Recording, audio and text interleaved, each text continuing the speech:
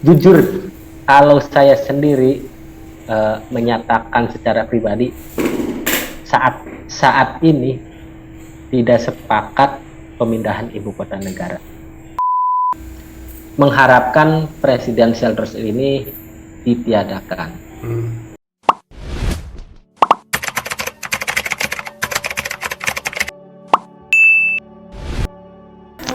Oke, assalamualaikum warahmatullahi wabarakatuh. Ketemu lagi dengan Hodari Podcast Rakyat, podcast yang keren dan luar biasa. Oke, pada kali ini saya cukup mengenali ya bahwa anak muda sekarang ini sangat luar biasa. Mas Bambang sebagai staf RI masih muda, masih punya kapasitas yang luar biasa. Oke, Mas Bambang, ini bagaimana dengan ibu kota baru ini? Ya, jadi mungkin saya kenalan dulu ya Mas ya. Oke, siap. Iya, saya kenal Mas Hodari kan di Surabaya nih. Surabaya dulu S2 Ilmu Politik di Universitas Erlangga. Jadi buat teman-teman yang biasa melihat podcast dari podcast rakyat ini, menurut saya podcast yang sangat menarik dari segi nama ya. Dari podcast rakyat, bukan podcast wakil rakyat, tapi ini benar-benar podcast rakyat. Itulah perbedaannya, sangat merakyat gitu. Jadi pembahasan kita malam ini rencana kita mau diskusi soal ibu kota negara baru. Betul. Yang sudah clear di DPR, disahkan undang-undangnya. Ya, kita Mas sebagai generasi muda ya khususnya, kita tidak boleh apatis terhadap isu-isu kebijakan publik karena muaranya akan kembali kepada diri kita sendiri sebagai warga negara Indonesia, termasuk isu mengenai pemindahan ibu kota negara ini, Mas. Kita generasi muda harus berpikir jangka panjang juga. Ketika ibu kota negara ini pindah ke sana, oke, mungkin fix clear 5 tahun lagi di sana akan prepare sebagai ibu kota negara. Kita yang di Jakarta, yang di Surabaya, dan di tempat lainnya, itu akan merasakan dampak apa 10 tahun yang akan datang. Dampak itu akan kembali kepada diri kita. Kita harus membaca arah secara pandangan masyarakat awam saja bisa, atau secara politik juga bisa, Mas. Jadi kalau saya sebagai generasi muda, saya cukup mengikuti perkembangan isu perencanaan pemindahan ibu kota negara ini. Kita harus kembali lagi menganalisa kembali urgensi dan konsekuensi atas pemindahan ibu kota ini. Urgensinya apa dan konsekuensinya apa? Kalau konsekuensinya lebih banyak mudorotnya, bukankah itu lebih baik jangan dilakukan, gitu ya Mas ya. Tapi kalau itu mendatangkan manfaat dan manfaat secara benar-benar memberikan, kalau tujuan negara ini memajukan kesejahteraan umum, ya silakan dilakukan. Oke, berarti artinya anak muda itu tidak harus harus mengikuti tren yang di pemerintahan lah, jangan terlalu fanatik gitu ya, seperti itu. Tapi realitasnya bahwa di IKN sekarang itu yang kita jadi pembahasan, kadang ada polemik yang di pemerintahan itu sendiri, kayak PKS, kayak para partai-partai yang lain, sehingga ini ada balas dendam di Pilpres kemarin, sepertinya seperti itu.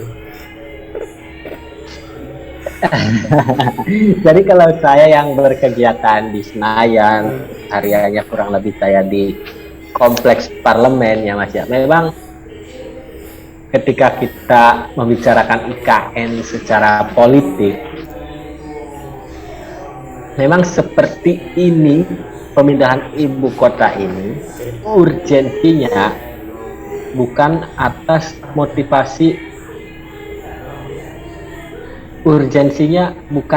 motivasi perbaikan perekonomian atau kemajuan negara, tetapi motivasi pengendalian situasi politik negara. Coba kita lihat Mas, berbagai permasalahan di negara ini. BUMN Mas, banyak permasalahan BUMN di negara ini. Permasalahan BUMN belum kelar, belum selesai, belum bisa ditangani dengan baik. Kenapa masih dipaksakan pindah ibu kota? Ini permasalahan ekonomi ya Mas ya.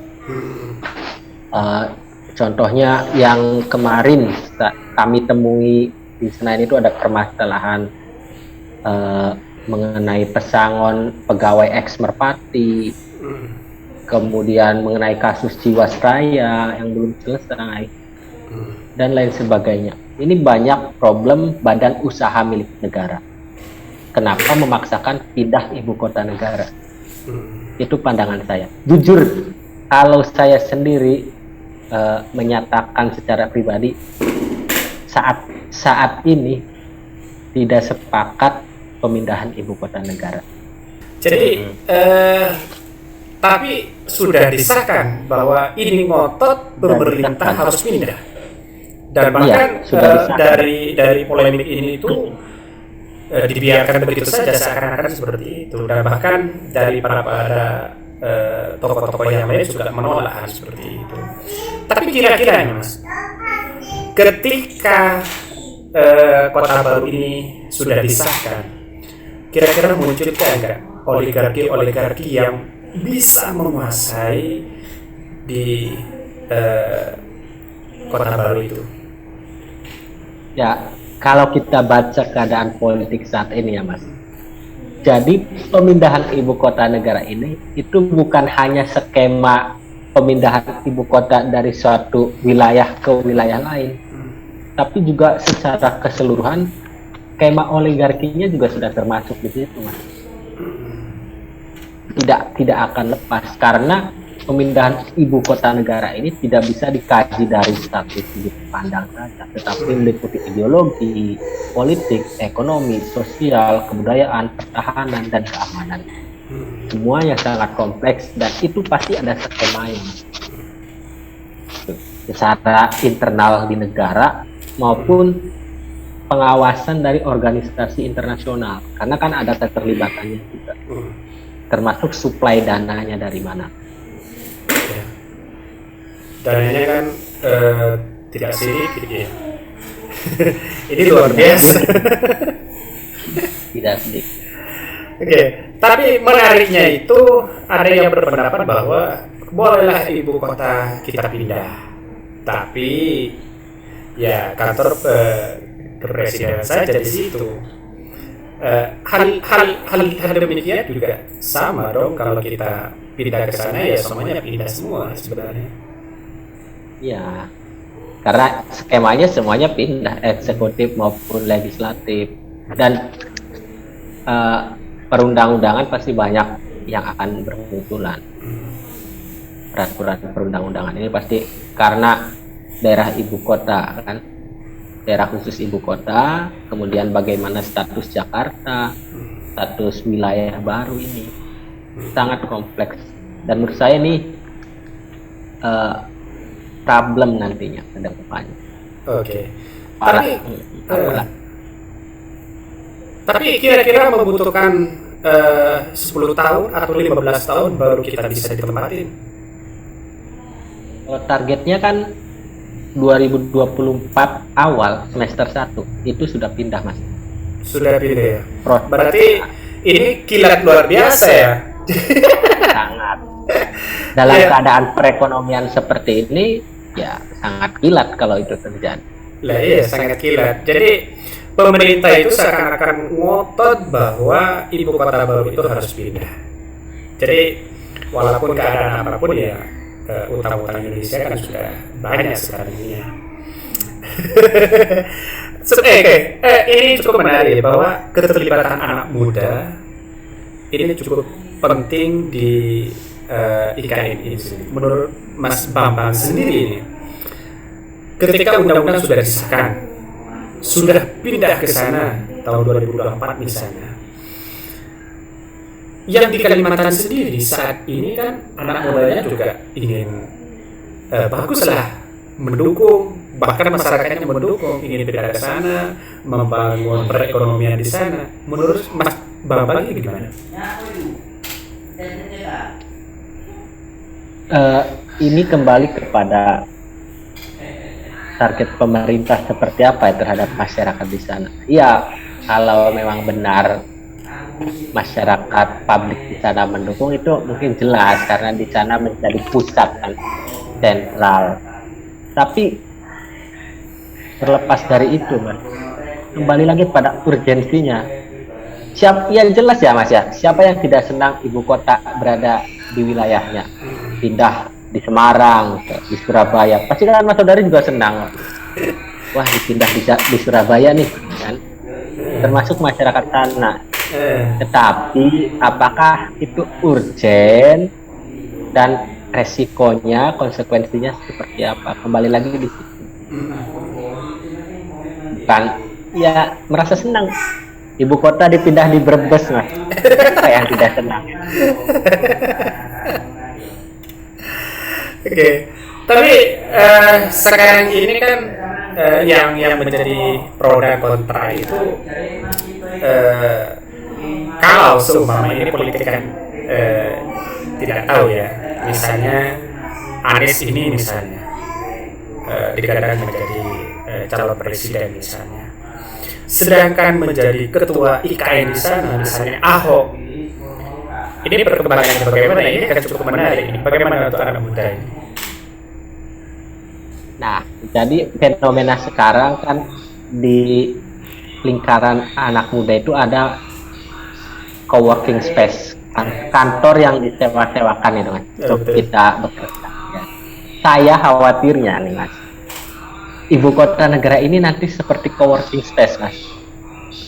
Jadi yang punya tanah oke, Indonesia, yang membangun pihak ketiga, yang membangun wilayah itu, yang menempati pemerintahan kita, tetapi bukan yang mengelola secara resmi di situ. Kita hanya menempati untuk menjalankan tugas kenegaraan.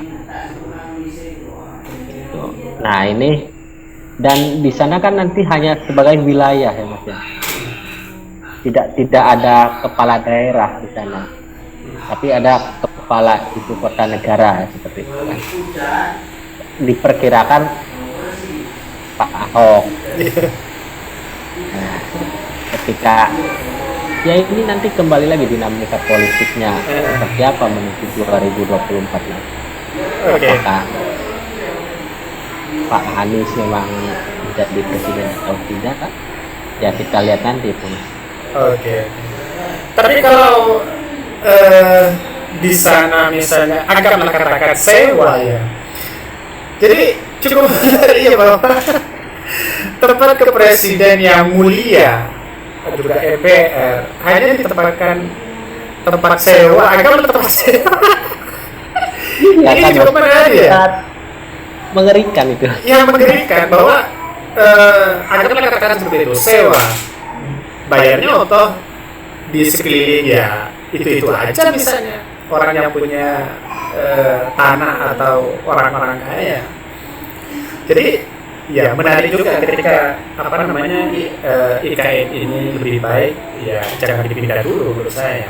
Satu sisi bahwa ketika Pak Jokowi sudah mengesahkan itu, lalu kemudian membangun ibu kota negara baru, mangkrak misalnya, hal yang terjelek itu mungkin Pak Jokowi juga, karena memang sistem kita itu menjadi presiden, misalnya Anies menjadi presiden atau Pak Ganjar, ketika itu tidak diteruskan maka mangkrak luar biasa seperti di Hambalang itu, malah lebih dari itu, bahkan dijadikan sebagai ibu kota negara hantu. Ini cukup menarik anak muda, tapi anak muda sekarang itu di Twitter atau di beberapa media sosial itu malah mendukung ibu kota baru. Jadi yang saya dapatkan itu urgensinya yang mana? Saya kalau melihat urgensi secara ekonomi itu kurang, Mas. Kurang. Karena menurut saya urgensi secara ekonomi ya harusnya menyelesaikan permasalahan ekonomi yang ada saat ini, bukan memindahkan ibu kota terlebih dahulu. Selesaikan problem-problem BUMN, itu kan contohnya. Tapi ada urgensi mengenai urbanisasi karena penduduk Jakarta membludak, problematika sosial masyarakat di Jakarta yang sangat tinggi. Ini ya mungkin bisa, tetapi apakah ketika pindah ke sana juga tidak akan menambah hal serupa di sana, apalagi dengan ya mohon maaf latar belakang suatu daerah nanti yang harus menjadi daerah multikultural, yang heterogen, yang plural. Karena dimanapun ya Mas, ibu kota negara nanti itu harus plural, Mas. Ya, harus heterogen, harus multikultural di sana. Karena dari seluruh Indonesia akan masuk di sini dengan beragam budayanya, dengan beragam latar belakang orang. Apakah bisa dengan pemindahan ini penerimaan masyarakat sana terhadap masyarakat dari berbagai daerah di Indonesia? Apa nanti tidak ada shock sosial, kekagetan di masyarakat? Itu juga sebenarnya harus dipikirkan. Ya kalau anak muda ya saya tidak tahu anak muda yang mana ya yang mendukung ini ya. Anak muda yang sudah punya jabatan sebagai wali kota atau anak muda yang mana itu? Oke. Tapi menariknya ini uangnya ini dari mana sebenarnya? Kalau dari APBN jelas kita nambah utang. Kalau dari stakeholder yang anggaplah orang di luar Indonesia mungkin iya, tapi bebannya juga ke negara juga ya. Saya nggak tahu ya sumber uangnya dari mana ya. Secara real, oke, mungkin di undang-undang ada sumber uang dari A, B, C, tapi praktiknya nanti dari mana, feedbacknya seperti apa, ya kan? Ya semua orang nanti bisa tahu lah. Oke. Karena jelas secara APBN mungkin ya kita paham lah semuanya. Jadi uangnya dari mana? Ya silakan masyarakat cari tahu dari mana itu.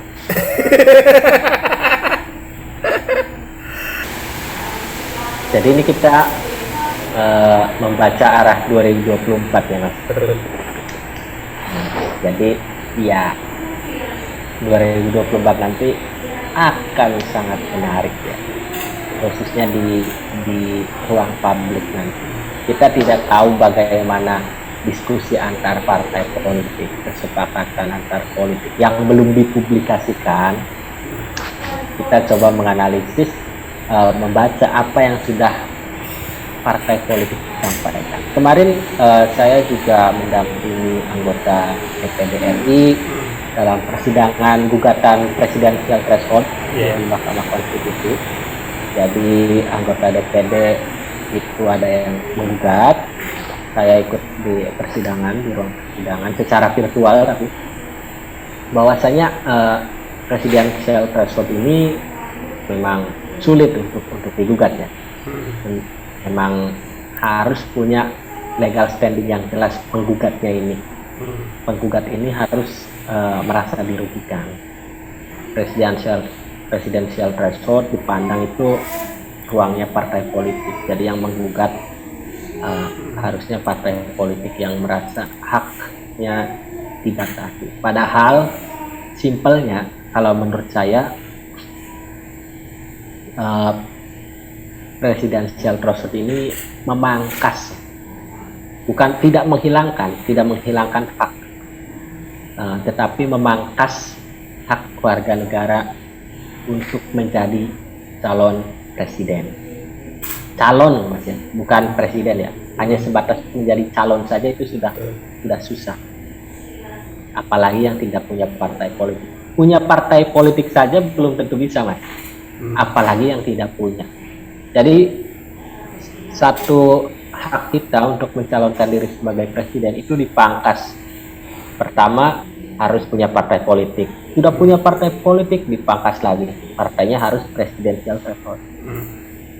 Gitu. Nah, mengenai nanti 2024 pencitraan ya, kita lihat sekarang survei masih berada di ruang-ruang publik. Siapa yang sudah ingin maju, baik yang memiliki partai politik maupun masih independen, konflik internal partai politik masih ada. Menurut saya ya mereka harus menunjukkan kerja keras juga selain popularitas, khususnya bagi mereka yang tidak punya partai politik.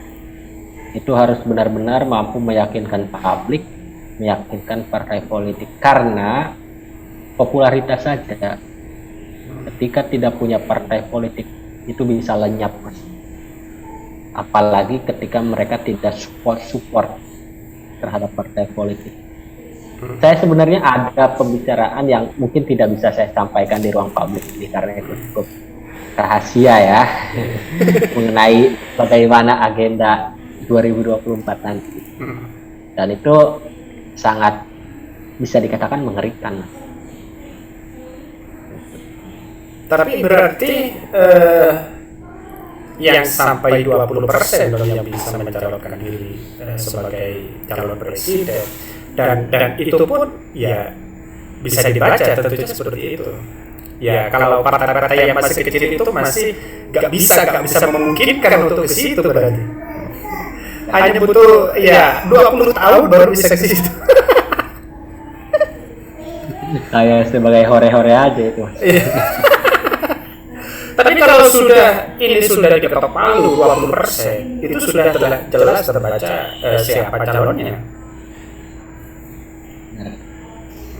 Tapi tanggapan anak muda bagaimana ini? Saya juga cita-cita menjadi presiden, tapi ya gak punya partai ya gimana ya? Jadi ya itu susah tadi Mas. Susah. Karena 20% ya kita sudah tahu lah mana yang bisa maju dan tidak, gimana koalisi ke depan. Apakah memungkinkan ada 2 calon atau mungkin hanya calon tunggal dan calon boneka? Ya itu kita lihat, karena ini masih banyak masyarakat, lembaga yang melakukan gugatan ke Mahkamah Konstitusi ya, dari berbagai elemen mengharapkan presidensial threshold ini ditiadakan. Ditiadakan. Karena mungkin nanti kita bisa melihat ya, menurut saya bagus juga kalau ya katakanlah kita coba fair antara lembaga eksekutif dan legislatif. Ketika di parlemen ambang batasnya hanya 4% untuk partai politik bisa duduk di parlemen, harusnya sama juga dengan pencalonan presiden, cukup ambang batasnya yaitu 4% juga, bukan 20%. Menurut saya seperti itu Mas, itu cukup fair lah. Tetap ada ambang batas, tetapi disamakan. Tuh, sehingga nanti calon pemimpin kita di negara ini itu tidak terbatas 2 pasang. Kita melihat pemilu 2004 itu ada 5 pasang kalau tidak salah ya. Itu kan sangat menarik, putaran pertama hingga akhirnya ada putaran kedua pemilu presidennya, dan itu menurut saya berkualitas. Akhirnya publik bisa melihat, tidak sebatas 6 bulan kampanye selesai publik pengamatannya di situ saja. 3 bulan kampanye dan 3 bulan kemudian pemilihan. Tapi menurut Mas Bambang ini kira-kira apa namanya yang lagi berjuang seperti Raffi Harun, terus kemudian apa namanya para pengamat di sana, kira-kira bisa membuahkan hasil nggak? Setidaknya 5% lah dari presidensial threshold ini. Jadi karena MK itu ya Mas ya, tidak bisa memutuskan angkanya berapa. MK itu kan hanya bisa menyatakan menerima atau menolak seperti itu Mas. Apakah ini dikabulkan atau tidak bisa menentukan berapa persennya. Kalau ini kan berarti kita kembali ke seperti yang dulu. Nah, harapan peluangnya ya ada harapan di situ Mas, untuk menghilangkan presidensial threshold ini.